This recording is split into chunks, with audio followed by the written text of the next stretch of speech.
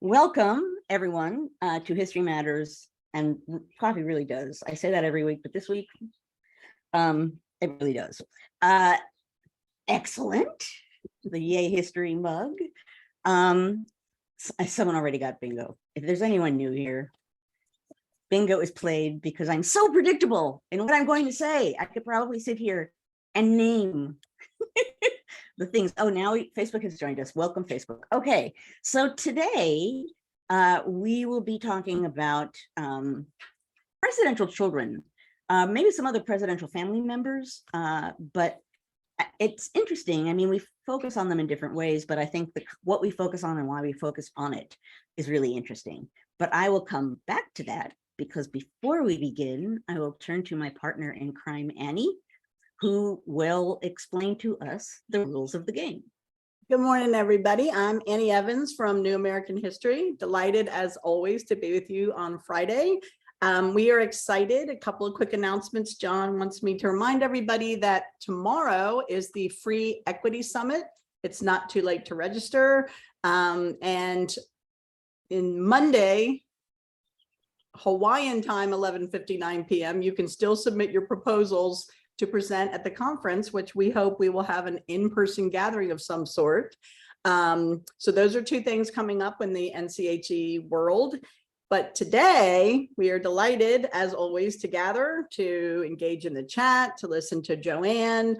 But if you have questions, we would love for you to put your questions in the Q&A. That's what I will look towards the end of Joanne's talk, and we will then engage in that portion of the presentation. So you've got to put your burning questions in the Q&A if you want Joanne to answer them afterwards.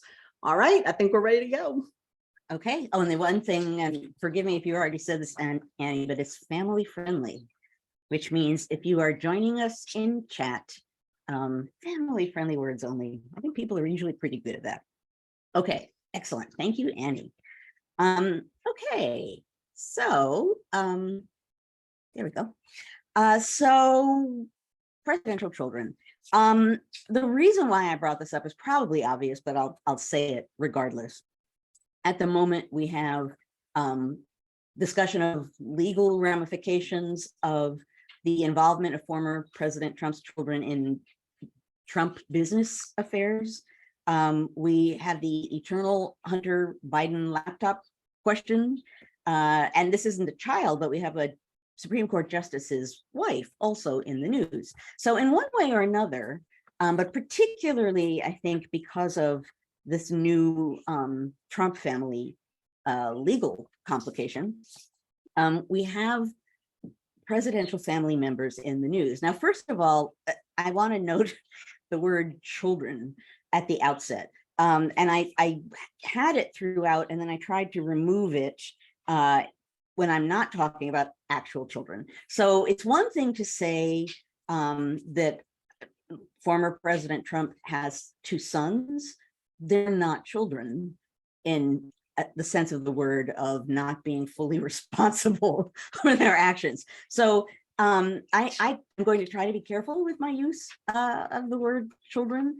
At this point, all of the people involved that I just named, they're adults, they're grown-ups. And so that's a different standard that they should be held to than some of the people I'm going to be talking about today, who were actually children when their father, someday mother, but father was in office, and they were getting a lot of attention. Now, what got me thinking, so obviously what initially got me thinking was the Trump business, and then people immediately responded with the Biden business, and then I saw, oh, now we're going to be in this moment. But the fact of the matter is that commentary on the children of presidents has been a long thing in American politics. And I think it would be true, obviously, in a monarchy as it would in a democratic republic.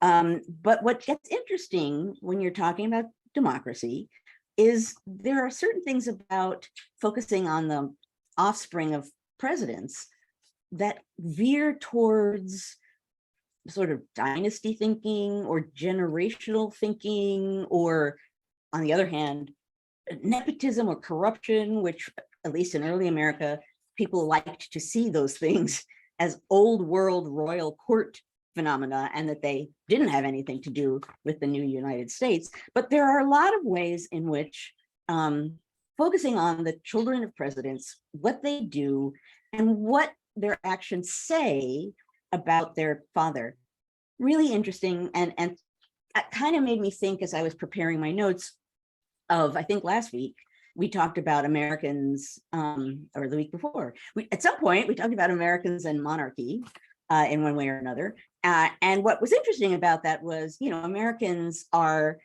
enamored of the British royals in one way or another. Now it's an interesting moment in which there's more of a spectrum of opinions about British monarchy, which I think is actually great. But there are a good many Americans who are just, and it's probably, as I said, when we discussed this as the main subject, there's some fantasy component to it.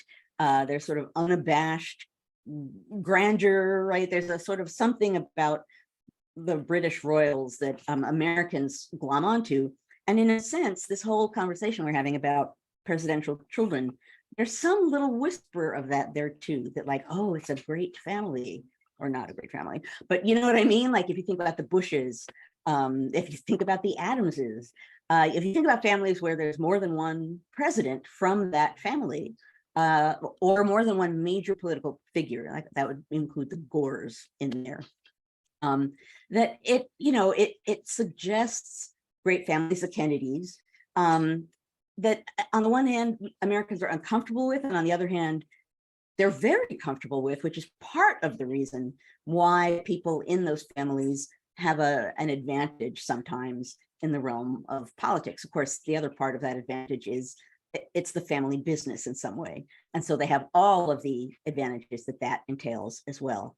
But what I want to talk about today is how our interest in, long-standing interest in the children of presidents, what it says about our view about what is or isn't fair in democracy, democratic politics, what it says about partisan politics, what it says about things that we consider within the bounds of acceptability and things that are out of bounds, and how that shifts depending on the circumstances.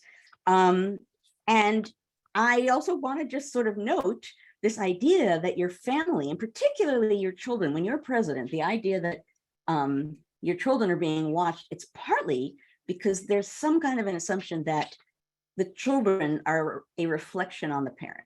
What kind of parent, father, what kind of father? I really want to say parent, like, mother or father. Someday, what kind of father was this person? What kind of children did this person bring up? And what does that say somehow about the character of the president? So again, a really long-standing idea that goes way back, which is that your children, your family, your wife, that there's a family reputation that can affect the public reputation of a public man. Long-standing idea, but I think in some way we still abide by that. So I want to just sort of talk a little bit about ways in which various children of presidents have been treated in time, and what that suggests. What was interesting was when I thought of this topic, and I came up with some very obvious moments when children of presidents were being treated, at least in a noteworthy manner, I had a little list. And then this morning, as I was compiling, writing it down and poking around online, the list kept getting bigger and bigger. So that's interesting too, and I'll come back to that. But the first thing worth mentioning when you're talking about the significance of children to presidents is George Washington, because the fact that he had no children, and particularly not a son, ended up being important to people. Because if you think back to that moment in time when the world standard of government was monarchy, then the assumption, I've said this many times before, and I should have said at the outset, 129th straight episode, I forgot, that since monarchy was the world standard, the assumption in the United States was that without care and caution and effort, the United States would slip back into some kind of a monarchical government. So George Washington not having children was seen as a kind of safety latch, right? Oh, excellent. So if he wanted to create a dynasty, which would be very easy for him to do since he's a victorious general in a war and already father of his country while he's still alive, we don't have to worry about that. That can't happen. So that was major. John Quincy Adams, the Adams dynasty, is interesting because there you have a case in which, and the Adams family, any of you who are interested in dynasties of one sort or another, the Adams family, I know there's like a popular culture buzz that you can't escape. But in the Adams family, it's like every generation they pick one Adams to focus on, and that becomes the Adams that gets all of the attention and all of the pressure. And John Quincy Adams was that person, and sometimes the other children get less attention to a point that it's detrimental to them. John Quincy Adams was that guy, and so if you look at his career from a very early point, you know, he's acting out in the world in diplomatic capacity. You know, he's sort of, he as a lifetime politician, I suppose, could probably say, you know, almost his whole life in one way or another. He's working in diplomacy. He is, you know, Secretary of State. He's president, then he goes back to Congress. He has certainly the advantage of that being a family business for sure. Madison, and I just saw on the bottom of the screen someone noting, I think Madison had a problematic son. Although what's interesting here, and part of what we'll see as I'm talking this morning, is sometimes these problematic children cause problems and get press attention and become an issue. Sometimes they're just a known problem and it kind of lurks. In the case of Madison, that becomes in the realm of known problem, in which people knew that Dolly Todd, I got her middle name wrong, Dolly Madison, let's just stick with that. Her son, by her former marriage, John Payne Todd, was a problem in a lot of ways. And his stepfather tried in a variety of ways to fix the problem. At one point made him his secretary, at one point sent him overseas to do some diplomatic work, was trying to sort of help with the family business. But apparently that he was called Payne. Payne had a gambling problem. I think Payne had an alcohol problem. Apparently a lot of people knew about this. And, you know, even before I was thinking along these lines about dynasties and families, he stole presidential papers.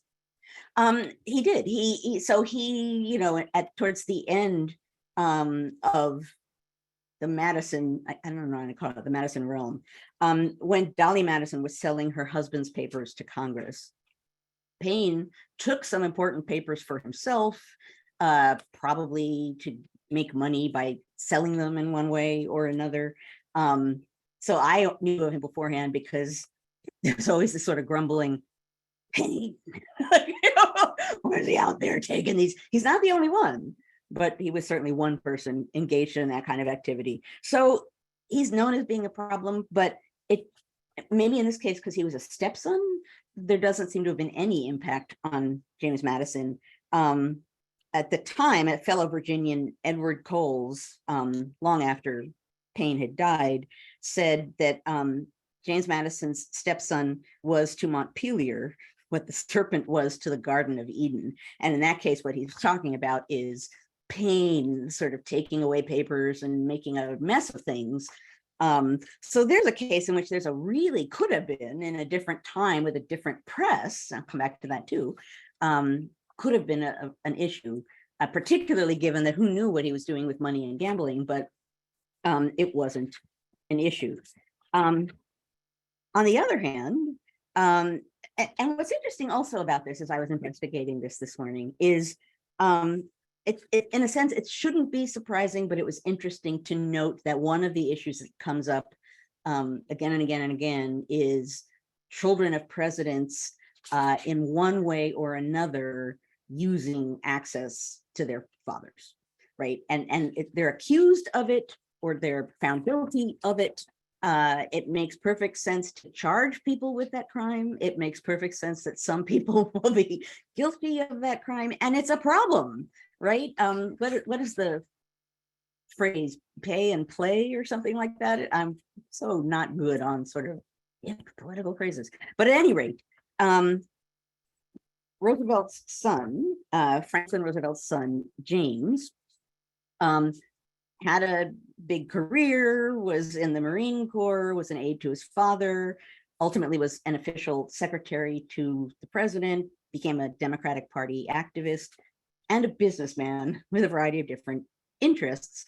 In 1938, he was accused of using his political position to steer lucrative business to his insurance firm. So he's using the fact that he is a Roosevelt and somehow or other to his own advantage. He's accused of this. It gets publicized. It's a big deal. He ultimately had to publish his income tax returns, and he denied the allegations in an NBC broadcast and in an interview in Collier's magazine. Even so, he ultimately resigned that year from his White House position because this was an issue. People were looking at it. And as I suggested at the outset, if a child is seemingly involved in that kind of behavior, it can't help but reflect on the parent in any number of ways. So he resigns. Now, this is the point when I was looking at offspring of presidents and trying to decide who to talk about, that my list kept getting bigger and bigger and bigger. I thought Chelsea Clinton, and I'm going to come back to these in a moment, Jenna and Barbara Bush, Amy Carter, the two Obama daughters. These children all were in the public eye and in one way or another received treatment from the press and from the public that sometimes was balked at and sometimes was just deployed and used. So, for example, Chelsea Clinton and Amy Carter were really kind of savaged, not by all of the press, but by some of the press. So if there's a sort of underwriting assumption that children of presidents, not adult children, but children of presidents should be somehow out of bounds, people have a sense that that should be true, and sometimes they actually follow that idea, and sometimes it works. And when it's violated, you can take that moment and shame the people who are doing the violating, and yet it has a political impact, even if it's a sort of gossipy, low level, again, character issue kind of impact. So apparently Amy Carter, and I remember her being a presence, because I remember, I was kid-ish at that time. So I remember that there was a young person in the White House and she was being paid attention to. But apparently the press was not hands off with her. They would question her directly. Sometimes they would photograph her. They weren't necessarily attacking her in the press, often, although they did. But they were treating her as though she was someone who could be treated like a public figure. Chelsea Clinton too, right? Imagine being a teenager while your father is president. I mean, imagine all of the awkwardness of being a teenager, of the fact that, you're in an awkward phase, you haven't fully grown into yourself, and it looks that way, and certainly when I think back to my adolescence, my hair was weird and big and I didn't quite, it's not a moment where you think, yes, I was at my best. That would be really hard from a maturity point of view, from just, you're worried about everything, about how you look, about what everyone thinks of you anyway, and now just throw the presidency on top of that. That would be hard. Harder still when, as I'm saying here, some people really were attacked on a personal level. Interestingly, when Amy Carter was attacked, let me come back here. I lost my notes. Okay, I'm gonna have to back off of that. Other presidential children apparently spoke up and said that's not fair. And the same thing, Chelsea Clinton, not fair. Keep it off. It shouldn't be happening. Probably had no impact. Obviously, the Obama children as well, mostly weren't dealt with in the press, but sometimes were. And that was a case of, should it be hands off or not? Should what they are doing reflect on the character or the presidency of their father or not?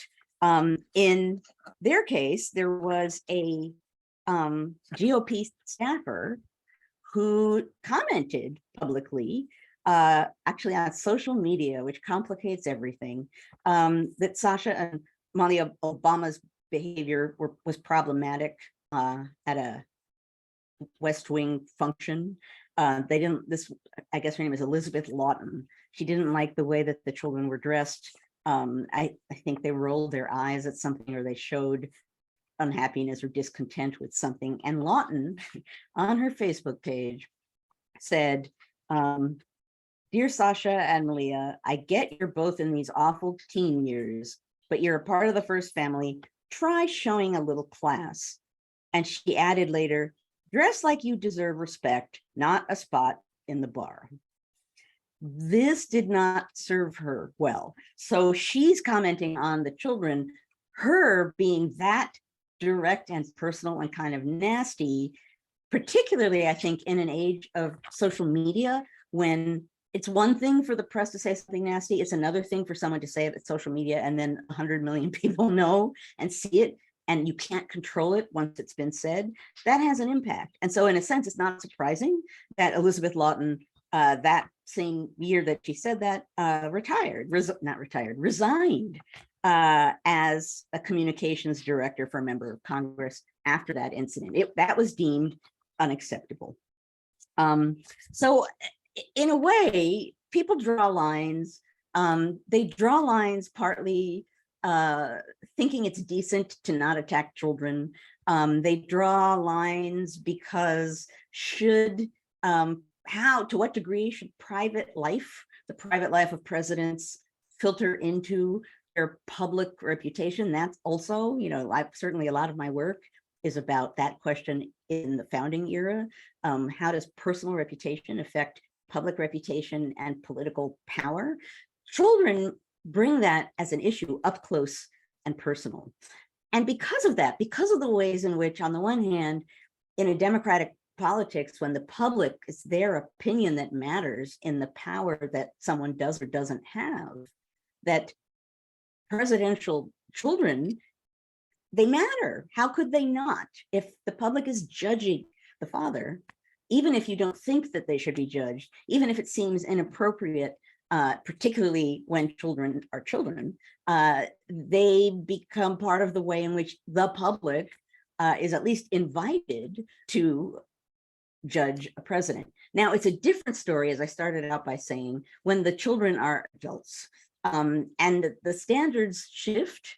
I don't think they uniformly shift. And so I'm not going to make a big pronouncement at the current moment about what's valid or what isn't valid, but it's absolutely worth noting, again, even now, that questions about the behavior of children still are being used in one way or another to reflect on their parents and their parents' character and their parents' presidencies. So we are a democratic nation. We have a little whisper of a dynastical interest in which we judge children and parents and even other members of the family. I stopped myself from going after Billy Carter and others who leapt into view when I began researching this morning. At any rate, I'm going to stop there because I'm out of time. But the larger point is all of the tangled ways in which the children of presidents are treated, and the ways in which we as American citizens think about them, we're thinking about, and we're thinking about how that's different when you're talking about adults who happen to be the sons and daughters of president. It shows the complications of a democratic politics, because things shape our attitudes and our attitudes shape our votes. And that's how it works, right? So these factors become more important as technology gets more sophisticated and reaches more broadly, more quickly. I've talked about that before too. So a democratic politics makes this issue more complicated because public opinion matters and they will have opinions, and it partly relies on what the press chooses to do.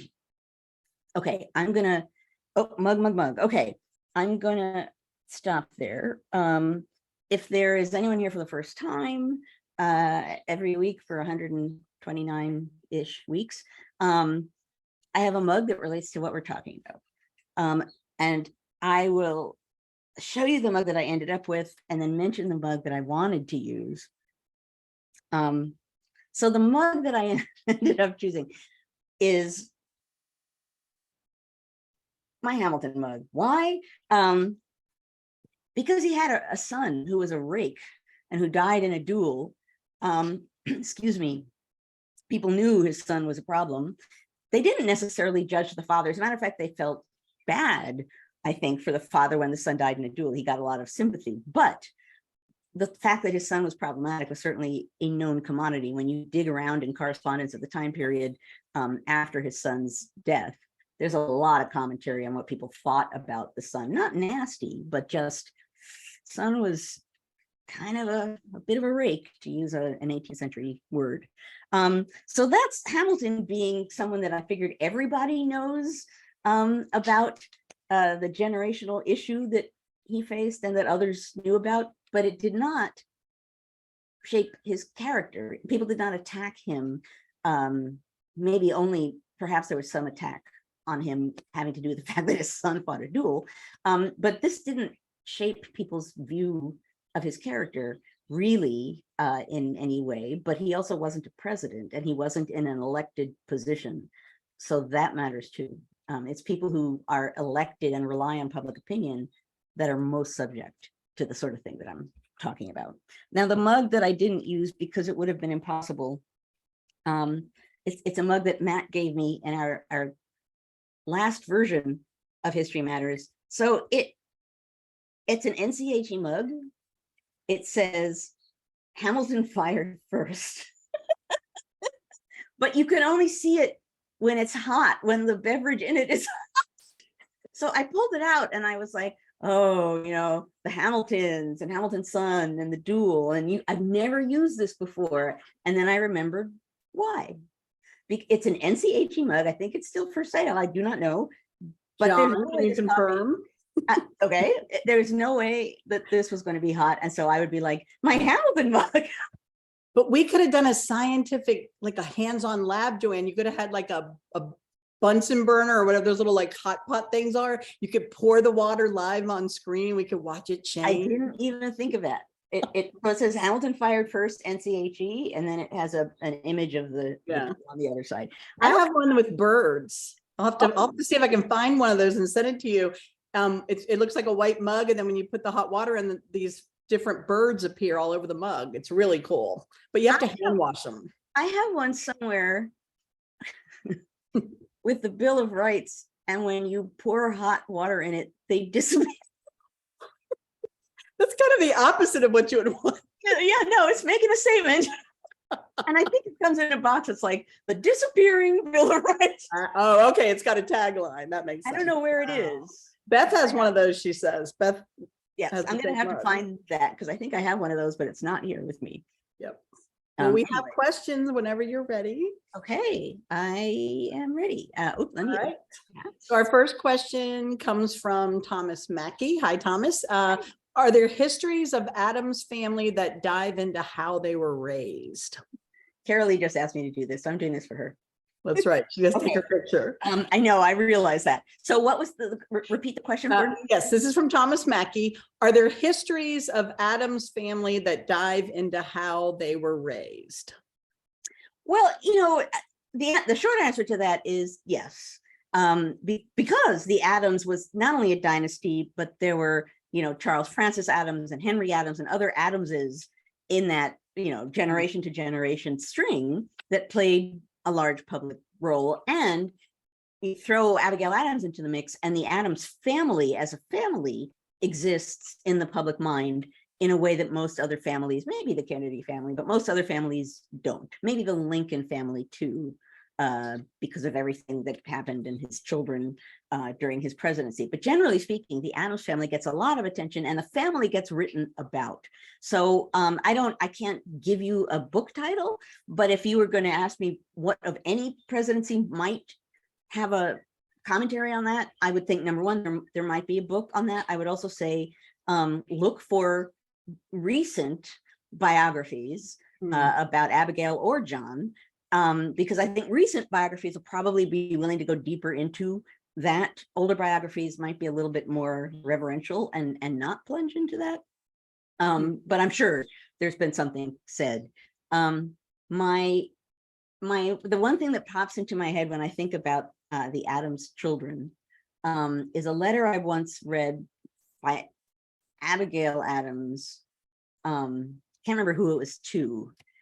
And she says in the middle of the letter, something like, just now, your father, John Adams, might have been to John Quincy, just now, your father is pulling a child back and forth on a chair across the room. That was Daddy Adams playing. Like playing with the kid in the chair, pulling it back and forth. And I kind of love that, because these figures as fathers, not founding fathers, but fathers, right, playing, we don't see that all that often. There's another story about Hamilton. This is so appropriate too. Teaching his little sons how to march like soldiers. That's the most Hamilton thing ever. Yeah. Discipline in the military. Come on, kids, you can march too. But we don't get to see, oddly enough, these very public figures as, for better and worse, as fathers. Jefferson, that's a whole different story about his daughters. We could talk about that too. But anyway, that's a very long, slightly off topic answer to the question. The short answer is, yeah, there's just so much about the Adams family and recent. Look at Woody Holton's recent biography of Abigail Adams, for example. He's talking about, sorry, Woody, he's talking about Abigail in a really interesting way that others really haven't discussed her before, in a rounder, more complete kind of way. So, so somebody needs to put the link to that book in the chat for us. Okay, this comes from our good pal Cece. She says, Joanne mentioned shaming a president for their offspring's behavior. That seems a good topic for the future that we haven't done before. She says the actual impact of shame seems to have disappeared more recently. Could you address that? I think she's referring specifically to the Trump family in that question. So meaning? Like the whole thing of shaming the children, the actual impact when the family. Having an impact on the children. Well, I don't know. Impact of shame. She just says the impact of shame. She doesn't say if it's on the children or that president. Oh, okay. Legacy. I mean, if you think about it, and you can think with me here, I don't think the children necessarily, I mean, certainly they are, I'm sure in private they're affected, and it makes them feel any number of, bad in any number of ways. But as far as in a visible sort of changing their behavior way, I don't know. But if you're talking about the behavior of children kind of shaming other family members, I think that's the undercurrent of a lot of this, right? There's one of the Obama daughters smoking at Harvard. Ooh, like that's not right. Ooh, it's not a good picture. Or one of the Bush daughters had at one point was arrested, and I don't remember if it was for drunk driving or for whatever it was. There was a bad moment for one of the. I think she used a fake ID for some reason. That sticks in my mind. Yeah. Alcohol. She's on the Today Show now, so she ended up pretty good. Well, that's the thing, But so in a way, when you think about those things, we really don't necessarily shame the offspring. But there's, even if you're not voicing it, some part of you is like that's what kind of father he was. Even if you're not voicing it, and even if ultimately there's not a lot there in that way of reasoning, even so. But you're right that there's the impact of shame, like the real strong impact of shame as a political factor. That's not so strong these days, that makes me think of when Alexander Hamilton during the Constitutional Convention, the Federal Convention, actually afterwards in the Federalist Essays, he's talking about why it makes sense not to have a presidential council, not to have, rather than one single executive, let's say 3, and they form a council. Some people thought that would be better because it would be not monarchical, right? Excellent. There's 3 and not 1. So power is distributed. And Hamilton said, no, actually, one of the reasons why I think that's bad is because if you have 3 people, they can hide behind each other for doing something wrong. And if you have one person, they'll feel shamed for doing something wrong and they'll be responsible. So shame as a presidential restraint, to me, fascinating for someone who writes a lot about honor and reputation and shame and power. The fact that that factors in as constitutional reasoning, really interesting to me, and does drive home the fact that sometimes doesn't work these days. Sometimes doesn't. Again, it's possible, depending on the candidate or president and the behavior and their vulnerabilities, that perhaps there might be an impact. What's interesting about politics is there's so much ritual and rules and standards, and yet it's so malleable and amorphous because it depends so much on individual people and how they interact with each other. That's some of the stuff that I find so interesting.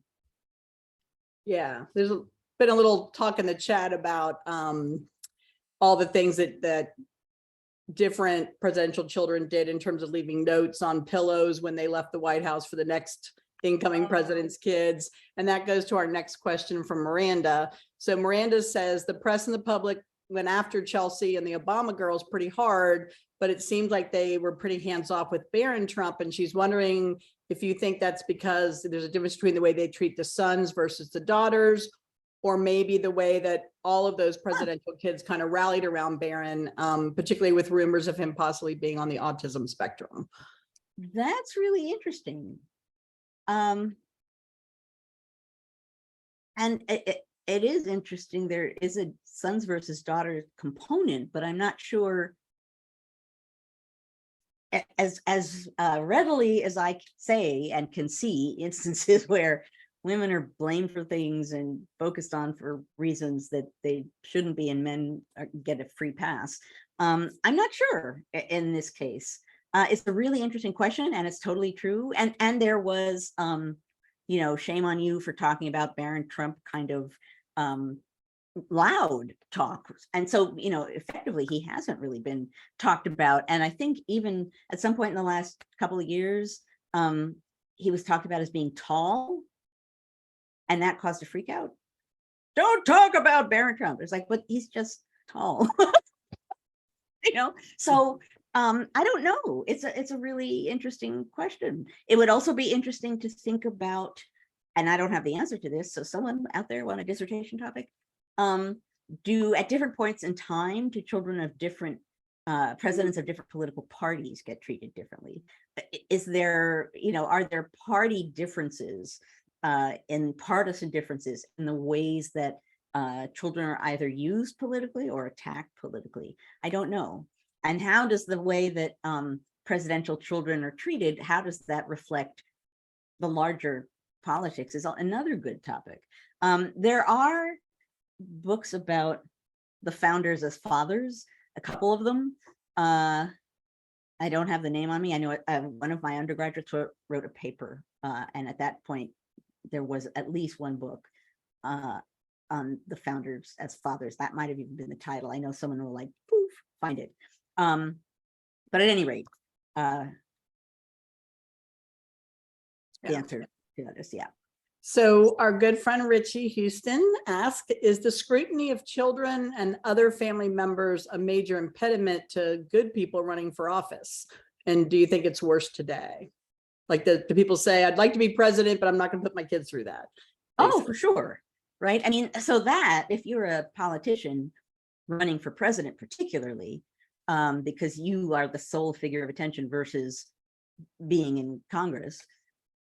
I mean, well, if you are a thoughtful person, you would have to think about the fact that it will have an impact on your kids. It will have an impact if they're young on where they go to school, how they're treated in school, what they're treated like in public, who they think they are, their sense of privilege, or, in other words, it'll have a huge impact. As a matter of fact, I just rewatched The Crown, the TV series The Crown, and there's a huge theme throughout that about the ways in which when Queen Elizabeth's father is made king, when Prince Edward abdicates the throne, there's a big discussion and an ongoing discussion about how the daughters, his daughters, he says over and over and over again, they weren't in it for this, like that, this isn't fair to my daughters, which is not what you think the first thing to come out of the mouth of someone who is going to be king that they will say, but it makes perfect sense because it's going to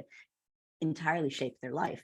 Given that we're not a monarchy, it doesn't shape their children's lives in quite as dramatic a way, but still, that certainly could be a reason. The flip side of that would be, and this would be very specific, it's possible that a presidential candidate's children are problematic for behavior even before their parent becomes president. And it's possible, depending on the vulnerabilities of the candidate, it might be that children would present a problem. So, when I would assume, I have not been in on how people evaluate whether someone is a good candidate for political office, but I would assume family members, family history, all of that stuff has to be a major part of it, because as I said during the episode itself, they're going to be part of the equation, and voting could be profoundly affected by that. So we think it's unfair, we don't really like it, and yet of course we do it and we watch and we judge. That's some of what I was interested in this sort of democratic push and pull, small d democratic push and pull, about kids of presidents. Okay, so our next one comes from Jean, who's with us quite frequently. Hi, Jean. It says, is this phenomenon related to our celebrity worship? There are business family dynasties, actor family dynasties. There's also local families for whom public service is a tradition. So is this just part of the cult of celebrity? Well, I mean, the short answer I would again say is yeah, because it's not that the idea of celebrity is new. It's not that intense press focus on certain people as celebrities is new. Think of the great era of Hollywood, right? And those aren't politicians, but the ways in which celebrities are treated then. It's not like nowadays people for the first time are being focused on in that way. But I do think, oddly enough, it's the fact that it's partly the technology. Is that it's one thing to focus on celebrities and look at them. It's another thing to then broadcast that to the world in 100 million gazillion ways. And then it becomes something very different. And then it gets pulled out of context. And then, you could see all of the ways in which that has a different impact nowadays than it might have had before. Yeah. So Tiffany has two questions. The first one is, she asked, do you think the Kennedy kids would have done more politically if JFK hadn't been assassinated, given that family's dynasty? Oh, wow. That's a big question. I mean, it's hard to say, right? It's hard to say. You had a political magazine, right? What was that one called? Oh, yeah. George? George, yeah. Yeah. That was pretty political, not running for office, but he definitely was putting it out there. Right. Well, again, it particularly if your father is president, it really is the family business, right? So that even if you choose not to have a fully political career, all the movers and shakers. So you could certainly, with your insider knowledge, do something afterwards, not in a corrupt kind of a way, but just that takes advantage of the fact that you have insights that others don't have. But it's hard to say. It's entirely possible. even had Kennedy not been assassinated, it's entirely possible that presidential children would say, and now I'm done. Like, I'm out. I don't want to be in the public eye in that way. That would be a very logical thought for someone after being a child, literally a child of a president in office. So some people are talking about Caroline being an ambassador to Australia. Yeah, it's true. I don't think I would not expect, but I would not be surprised by children going on. And in the case of the Kennedy family, that's so much like the family business to such an extreme degree that it seems almost logical to expect it. Yeah. All right. And then the second part of Tiffany's question is, what kind of comparison could be made from the 1860s coverage of the Lincoln kids to the current presidential kids? Interesting. Newbie says, baby bird. Thank you, Newbie. I know it makes it hard sometimes to focus. Well, I mean, certainly Lincoln's kids got a lot of attention. I think part of that was because it was a time of war, because one son wanted in one way or another to be engaged in the war. Another son, what do you do with children and they have a father who is the president during a time of such carnage and bloodshed? It's almost as though you couldn't avoid thinking about the children in office and what that says about the state of affairs in America. But as far as comparing them, I still think it very often it comes back to technology. People knew about the Lincoln children. They talked about them. They talked about Mary Todd Lincoln a lot, right? That family got a lot of attention. But it's one thing for people to gossip about that and talk about that, and it's another thing for their every move to be seen and photographed or filmed and shown to people. And things that we see this all the time with everything, right? Things that are seemingly guiltless, that are not at all wrong in any way, can look very wrong pulled out of context. So I think being a relative of someone very high in office right now would just be intensely challenging, because I don't know how you get yourself out of the public eye, really. How do you, you hide? Especially when everybody's carrying a computer in their hands all Well, day. that's the thing, right? Yeah. That's been interesting to watch as someone who's, a little older, to watch people with their phones, since, people having cell phones, when I was starting my career, there weren't cell phones, there weren't mobile phones at all, right? So watching people get them, and then watching people like secretly record people saying things, and then that gets out, it's fascinating to watch technology fundamentally shape the nature of our politics, again, particularly with a democratic mode of politics where public opinion really matters. Again, I'm obviously biased. I'm like, this is interesting stuff, but it is that, as a matter of fact, the big, I guess, Oxford series of books about American history, Daniel Walker Howe did What Hath God Wrought, I think is the name of the title of that book. That one of the main premises of that book is the impact of technology on American history. So if you're interested in that idea, that might be one place to look. Yeah. All right, we have one last question. It's from Francesca. Our good friend Francesca asks, when did the phrase first family start being used? Oh, interesting. I don't know, but I can say that Washington was called the first man during his presidency. I would want to say that First Lady goes all the way back, but I don't have an index card in my brain that I can quote to you. Well, I know when you go to Mount Vernon, of course, they refer to her that way, but I don't know if they did because it. we know what a First Lady is. Yeah. You know what you could do to figure this out?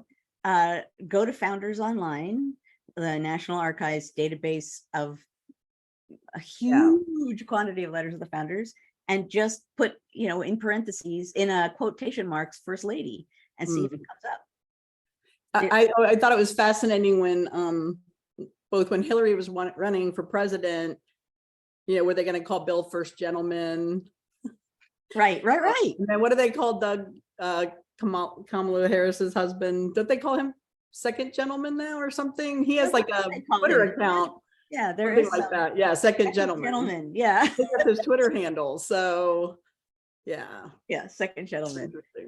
Which is funny and like weirdly political, and then it exposes the weirdness of the whole thing. I kind of pretty fun to follow. I don't know if you follow him, but he's pretty fun person to follow, and he has no problem. He's like, I'm happy to like let her be the one on TV every day. I'm just going to quietly do my thing over here. Well, that's, we can't obviously talk about it really in the time we have left, but spouses of presidents. That's a whole nother topic, having to do with people who want to be in that kind of position and want to take advantage of it, who really don't want to, and wish it wasn't happening and are putting up with it. Martha Washington did not enjoy being first lady. She really didn't. And people talked about it at the time, right? She doesn't really want to be here. That's a whole different question, but similar ideas. What do marriages, presidential marriages, say about presidents, and how do people judge them? Does it have an impact on them? And how do presidential couples manage that, right? Again, private life, the impact of private life on public officials, politicians, the impact is huge. Tracking the impact is complicated. It's there, but it's complicated depending on characters and personalities and the time period and what issues are particularly current or problematic. There are all kinds of ways in which it's going to vary, but it's an interesting kind of malleable cultural question on what the public expects of public figures and what the public figures themselves do to negotiate their private lives and their identity with being constantly in public. Yeah, we have cleared all the questions. That's 2 weeks in a row. Wow, streak, Joanne. That is awesome. We got everybody's question in. We had a hilarious question earlier. I was going to save it for the after party, but since we have 4 minutes before we officially start the after party, I can't remember who asked it now, but the whole time when you kept saying the Addams family, in my head, I wanted to go. I know. That's what I meant when I said all I could do not to do it. That's what I meant when I said they wanted to know why you didn't burst into song and sing the Addams family. So I said, well, maybe the after party. But it's hard to say the Addams family with popular culture because actually there's a letter, I may have mentioned it before, but it was so striking, and it's on this topic that I found when researching in the Addams Family Papers. But I was looking for, I think I was tracking John Quincy Adams having to do with my most recent book for some reason. And in the course of looking through his correspondence, I found a series of letters from him. He was overseas, I don't remember what country, and he was trying to find out if his father had won the presidency. So there letter after letter in which he's writing to different people saying, do you know the outcome of the election? Do you know? And he's desperately wants to find out, and it takes time for news to travel that distance. So I started following these letters because now I need to know, like, when does he find out? What does he say when he finds out? And I assumed that I would see ultimately a John Quincy Adams letter that said, this is a great day for America, or my father, will be overjoyed at the chance to whatever. I thought I would find a letter that was sort of in one way or another expressing happiness about the moment. What I found was, and this is going to be a bad paraphrase, a letter from John Quincy Adams that basically said, oh God, now I have to be president too. Now, think about that process of thought, right? Oh, now he's done that. He's going to totally expect it of me. This is many years ago that I found that, and it still kind of haunts me a little, because that tells you so much about the Adams family and about John Quincy Adams that, in a nanosecond, he basically was like, oh God, now if he can do this, I'm going to have to do this. I'm going to be the one who's going to have to do this. Imagine how that shapes your life. John Quincy Adams is a really interesting character for a bunch of reasons. This is one of them. Well, we did it, you guys. We cleared all the questions. Wow. It was a good one. This was a great topic. Oh, thank you. People really, the chat's been going wild. Well, the chat I couldn't even keep up with, but I know. I try really hard, but sometimes it goes so fast. it goes very fast.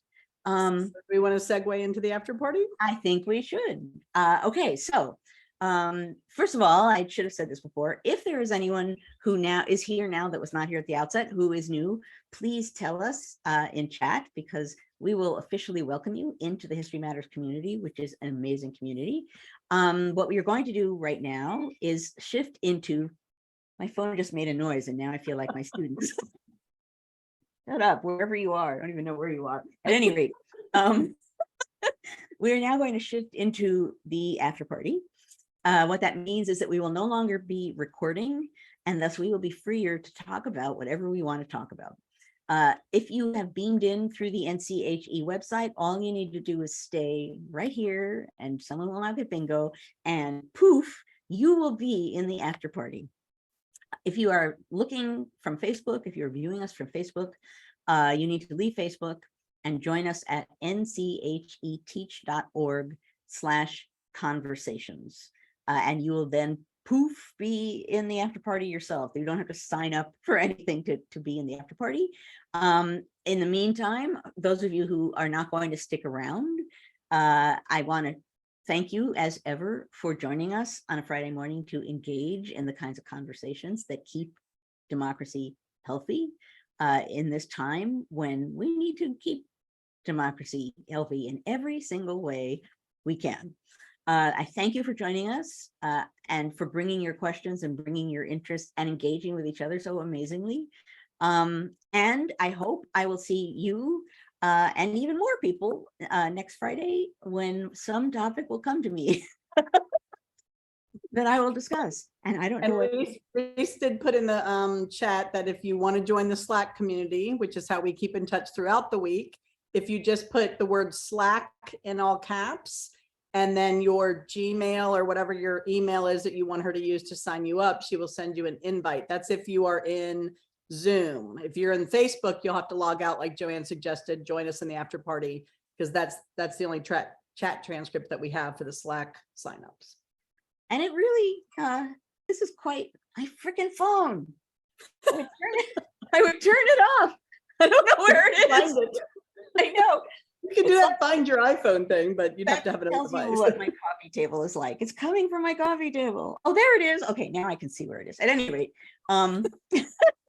everybody have a wonderful week. And we will see where the news takes us next week. Yeah. Yes, indeed. Oh, yes. Thank you, Julia. Shana Tova to all celebrating Rosh Hashanah, which begins Sunday night, I believe. Wishing everyone a wonderful, fruitful new year. Enjoy some honey cake, apples and honey. And I will see you before Yom Kippur.